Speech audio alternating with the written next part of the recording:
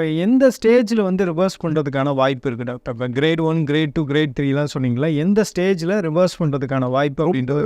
கொஞ்சம் ஈஸியாக ரிவர்ஸ் ஆகிறது கிரேட் 2 வரை கொஞ்சம் வேகமாக கொண்டு வந்துடலாம். கிரேட் 3, கிரேட் 4 வந்து கொஞ்சம் டஃப்பு. ஆனால் அதுலேயும் டிஃப்ரென்ஷியேட் பார்க்குறப்ப கிரேட் 4 வந்து கொஞ்சம் டைம் எடுக்கும், வருஷம் எடுக்கும், பல வருஷம் எடுக்கும். ஸோ அதுக்குள்ளே சில பேர் அப்படியே அவங்களால சேஞ்ச் பண்ண முடியாது, அதை வேண்டிய ஸ்ட்ரிக்டாக ஃபாலோ பண்ண முடியாது. ஸ்லோவாக அந்த சிரோசிஸ் அப்படின்ற ஒரு ஸ்டேஜுக்கு போயிடுவாங்க. இப்போ இந்த ஃபேட்டி லிவர் இருக்கக்கூடியவங்க வந்து நான்வெஜ் சாப்பிடலாமா கூடாது? நான்வெஜ் சாப்பிடலாம், அது வந்து ப்ரோட்டீன் தானே. ஆனால் அந்த ப்ரோட்டீன்லேயும் இந்த இப்போ ரெட் மீட் சொல்லுவோம்ல, சில டாக்டர்ஸ் வந்து சிக்கன் சாப்பிட்லான்றாங்க, சில டாக்டர்ஸ் வந்து நீங்கள் வந்து சிக்கனையும் கம்மி பண்ணுங்கள், மட்டனையும் கம்மி பண்ணுங்கள், குறிப்பாக மட்டனை கம்மி பண்ணிடுங்க அப்படின்றாங்க. என்ன காரணம்? மட்டன் வந்து அதில் வந்து ப்ரோட்டீனும் இருக்குது, ஃபேட்டும் நிறைய இருக்குது.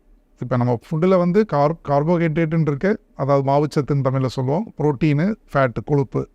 இந்த மட்டனில் வந்து ப்ரோட்டீனும் அதிகம், ஃபேட்டும் அதிகம். ஆனால் இந்த ஃபேட் காம்பனன்ட் கம்மியாக இருக்கிறது ஃபிஷ்ஷு.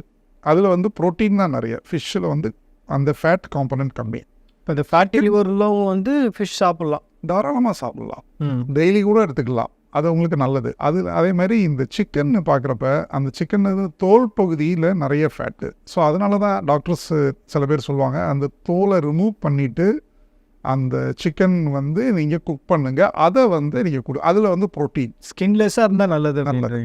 ஸோ அதனால் நான்வெஜ்ஜு சாப்பிட்றது நல்லது தான், ப்ரோட்டீன் உள்ளது. நாட்டு இந்த மாதிரி ரெட் மீட்டுன்னு சொல்லுவோம்ல, மட்டன், இந்த இதெல்லாம் வேறு அவாய்ட் பண்ணுறது நல்லது.